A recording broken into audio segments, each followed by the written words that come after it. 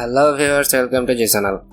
আজকের ভিডিওতে আমরা মূলত HTML এর অ্যাডভান্সড কিছু ফিচার সম্পর্কে জানবো এবং আপনারা যদি সম্পূর্ণ কোর্সটি করতে চান অবশ্যই প্লেলিস্টের শুরু থেকে শুরু করবেন।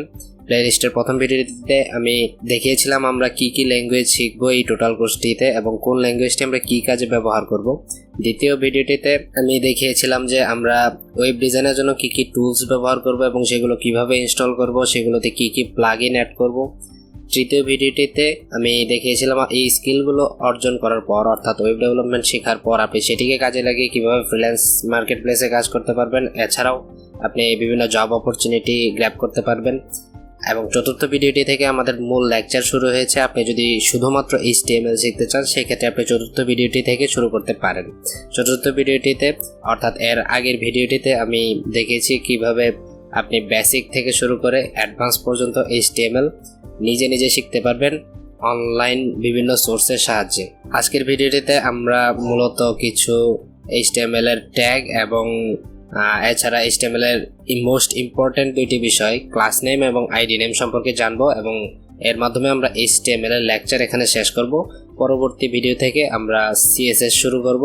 CSS এবং জাভাস্ক্রিপ্ট কমপ্লিট করার পর আমরা একটি সম্পূর্ণ ফুলি ফিচার্ড ব্লগিং ওয়েবসাইট ডিজাইন করব এবং ওয়েবসাইট ডিজাইন যখন শেষ হয়ে যাবে তখন আমরা শুরু করব ওয়েবসাইট ডেভেলপমেন্টের পার্ট। ওয়েবসাইট ডেভেলপমেন্ট পার্টে আমরা দুটি ল্যাঙ্গুয়েজ শিখব, সে সম্পর্কে আমার প্রথম ভিডিওতে আলোচনা করা আছে, আপনারা দেখে আসতে পারেন এবং অবশ্যই চ্যানেলটা সাবস্ক্রাইব করে রাখবেন যেন পরবর্তী ভিডিওগুলো দেওয়ার সাথে সাথে আপনারা পেয়ে যান। আর ভিডিওটা অবশ্যই লাইক করে দেবেন যদি ভালো লেগে থাকে, আপনার উপকারে এসে থাকে। তাহলে চলুন শুরু করা যাক আজকের আমাদের অ্যাডভান্স HTML। আমি পূর্ববর্তী লেকচারের সবকিছু ক্লিয়ার করে নিচ্ছি। এখানে আমি প্রথমত HTML এর খুবই কম ইউজ করা হয় এমন কিছু ট্যাগ সম্পর্কে আপনাদেরকে জানিয়ে দিচ্ছি, যেগুলো খুব বেশি ইউজ করা হয় না তাই আমি তেমন গুরুত্ব দিচ্ছি না। তবে এরকম আরো অনেক ট্যাগ রয়েছে HTML এ যেগুলো সম্পর্কে হয়তো আমিও জানি না, সেগুলো আপনারা W3 স্কুলসে পেয়ে যাবেন। W3 স্কুলস কি সেটা যদি আপনি না জেনে থাকেন তাহলে অবশ্যই আগের ভিডিও থেকে শুরু করবেন। প্লেলিস্টের লিংক ডেসক্রিপশন বক্সে দেওয়া আছে। HTML এ একটি ট্যাগ রয়েছে ADDRESS অর্থাৎ অ্যাড্রেস। অ্যাড্রেস ট্যাগের ভিতরে আমরা যে কোনো ধরনের অ্যাড্রেস লিখতে পারি, যেমন আপনি যদি লিখতে চান ঢাকা বাংলাদেশ, অথবা আপনি যদি লিখতে চান ওয়েস্ট বেঙ্গল ইন্ডিয়া, এগুলো অ্যাড্রেসের মতো শো করবে।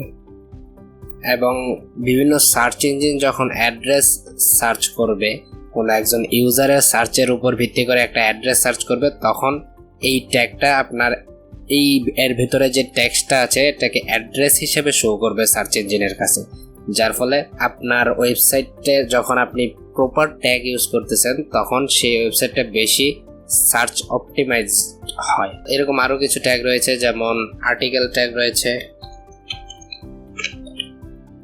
আপনি যখন একটি ব্লগ লিখছেন, আপনার ব্লগের যে মেইন পোস্ট রয়েছে সেই পোস্টটি যদি আপনি আর্টিকেল ট্যাগের ভিতরে লেখেন সেই ক্ষেত্রে সার্চ ইঞ্জিনের খুঁজে পেতে সহজ হয় যে আপনি যে এর ভিতরে যে টেক্সট লিখছেন সেই টেক্সট হচ্ছে একটি ব্লগ পোস্ট। অর্থাৎ এই ট্যাগগুলো আপনাকে ডিরেক্টলি কোনো ভিউ দিচ্ছে যে এমন না, কোনো সুন্দর কাস্টমাইজেশন দিচ্ছে এমনও না, কিন্তু এগুলো সার্চ ইঞ্জিনের জন্য হেল্পফুল হচ্ছে আপনার টেক্সটটিকে আইডেন্টিফাই করার জন্য যে এটা কী ধরনের টেক্সট। এরকম আরও অনেকগুলো ট্যাগ রয়েছে, যেমন আপনার যদি কিবোর্ড কন্ট্রোলের কোনো টেক্সট মনিটরে ব্রাউজারে শো করতে চান, যেমন আপনি ইউজারকে বলতে চাচ্ছেন যে Ctrl+S চাপলে আপনার এই পেজটা সেভ হবে, তো সেটা ইউজারকে বলার জন্য আপনি এভাবে লিখছেন যে প্রেস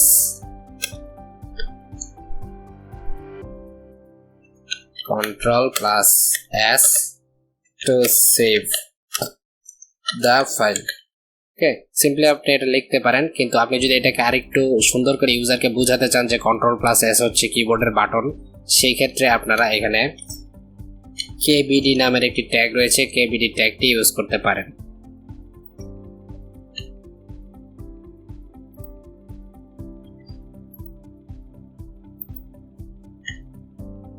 এখন এটাকে অনেকটা কিবোর্ডের ফন্টের মতো করে দেখাচ্ছে, এটার ফন্টটা চেঞ্জ হয়ে গেছে।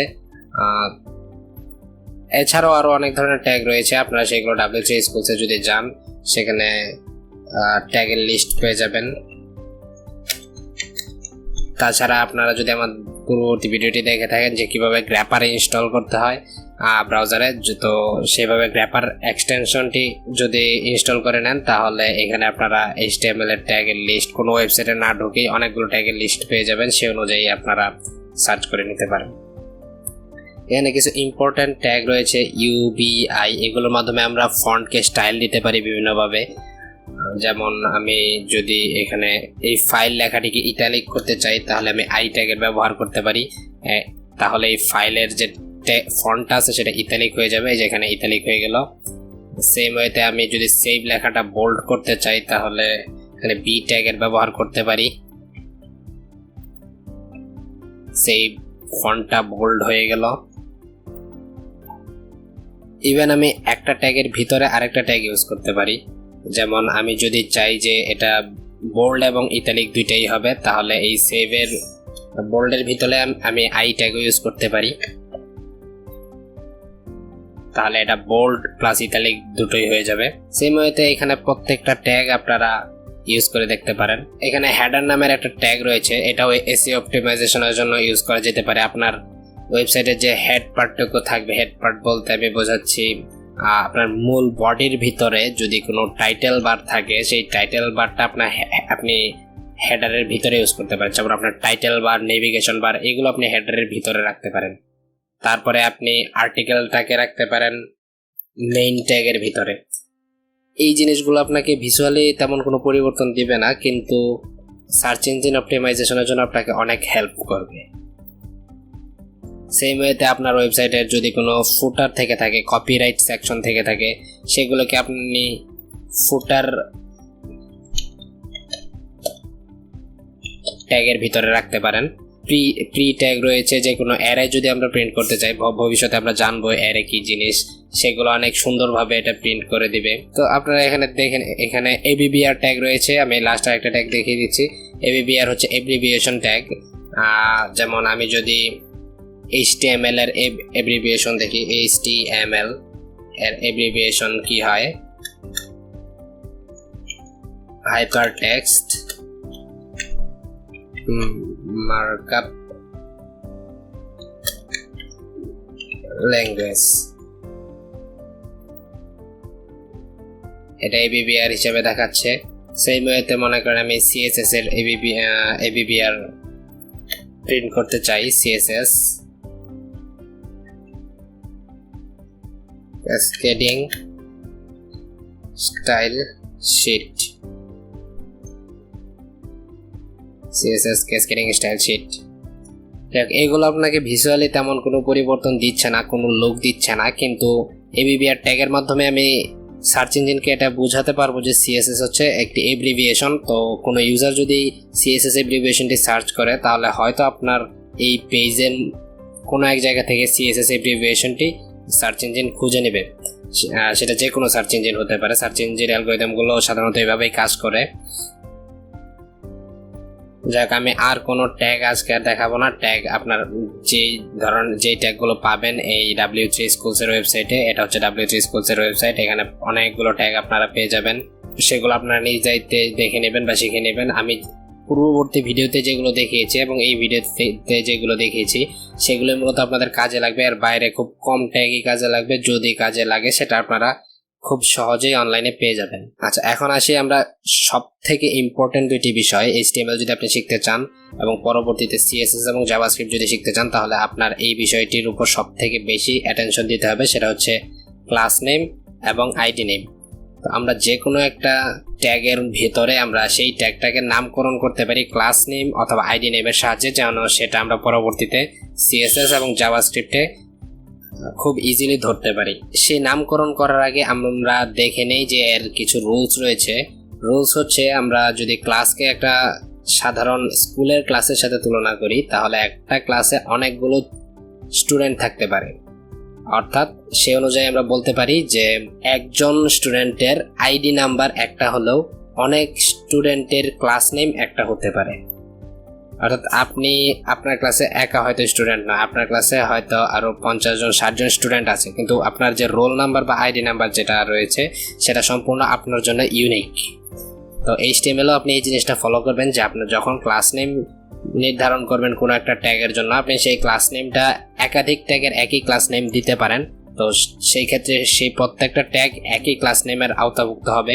কিন্তু আপনি যদি আইডি নেম ব্যবহার করতে চান, সেই ক্ষেত্রে একটা এইচটিএমএল পেজের ভেতর আপনি একের অধিক সেম আইডি নেম ব্যবহার করতে পারবেন না। আরও ক্লিয়ারভাবে যদি আমি ব্যবহার করে দেখিয়ে দিই, আমি এখানে আর্টিকেল ট্যাগের একটা ক্লাস নেম দিতে চাই। ক্লাস নেম দেওয়ার জন্য সিম্পলি ক্লাস অ্যাট্রিবিউটটা ইউজ করতে হবে। ক্লাস অ্যাট্রিবিউটের ভিতরে আমি যে কোনো নাম দিয়ে দিতে পারি, আমার ইচ্ছা মতো যে কোনো নাম। আমি দিলাম মাই আর্টিকেল। তো সেম আমি এই ক্লাস নেমটা অন্য যে কোনো ট্যাগে ইউজ করতে পারবো। আমি যদি এই পি ট্যাগের ভিতরে class name my article use করি, কোনো ভুল থাকবে না এবং আমাদের স্ক্রিনে কোনো চেঞ্জ আসবে না আপাতত, যতক্ষণ পর্যন্ত না আমরা সিএসএস জাভাস্ক্রিপ্ট শিখতেছি। কিন্তু আপনাদের এটা বুঝে ইউজ করতে হবে যে আপনি কোথায় ক্লাস নেম ব্যবহার করবেন, কোথায় আইডি নেম ব্যবহার করবেন। আমি ক্লাস নেম একাধিক জায়গায় সেম ক্লাস নেম ব্যবহার করতে পারতেছি, কিন্তু আমি যদি আইডি নেম ব্যবহার করি, যেমন আমি যদি এই এবিবিআর এ একটা আইডি ব্যবহার করি, যে এই আইডির নাম দিলাম এইচটিএমএল, আমার ইচ্ছা মতো যে কোনো নাম দিতে পারি, কোনো ব্যাপার না। কিন্তু সেম আইডির নাম আমি আরেক জায়গায় দিতে পারবো না। এখানে দিলে এটা ঠিকঠাকভাবে কাজ করবে না, কারণ আইডি একটা পেজে একই আইডি বারবার ইউজ করা যায় না। তো সেই ক্ষেত্রে এর আইডি নেম আমি দিতে পারি সিএসএস। তো আশা করি ক্লাস নেম এবং আইডি নেম কিভাবে ব্যবহার করতে হয় সেই সম্পর্কে আপনারা সম্পূর্ণ ভালোভাবে শিখতে পেরেছেন। যদি এই পর্যন্ত সম্পূর্ণ ক্লিয়ার হয়ে থাকে তাহলে আপনারা এইচটিএমএল নিয়ে আর আটকাবেন না আশা করি। তবে রিয়েল লাইফ প্রজেক্ট করার জন্য আমাদের অবশ্যই আগে সিএসএস এবং বেসিক জাভাস্ক্রিপ্ট শিখতে হবে। শেখার পর আমরা রিয়েল লাইফ একটি প্রজেক্ট করব, যেখানে আমরা একটি সম্পূর্ণ ব্লগিং ওয়েবসাইট ডিজাইন করব। তো সেই পর্যন্ত ভালো থাকবেন, সুস্থ থাকবেন এবং পরবর্তী ভিডিও দেখার জন্য এখন চ্যানেলটি সাবস্ক্রাইব করে ফেলুন, ভিডিওটিতে একটি লাইক দিয়ে দিন এবং আপনার কোনো মতামত থাকলে অবশ্যই কমেন্টে জানিয়ে দেবেন। ধন্যবাদ সবাইকে।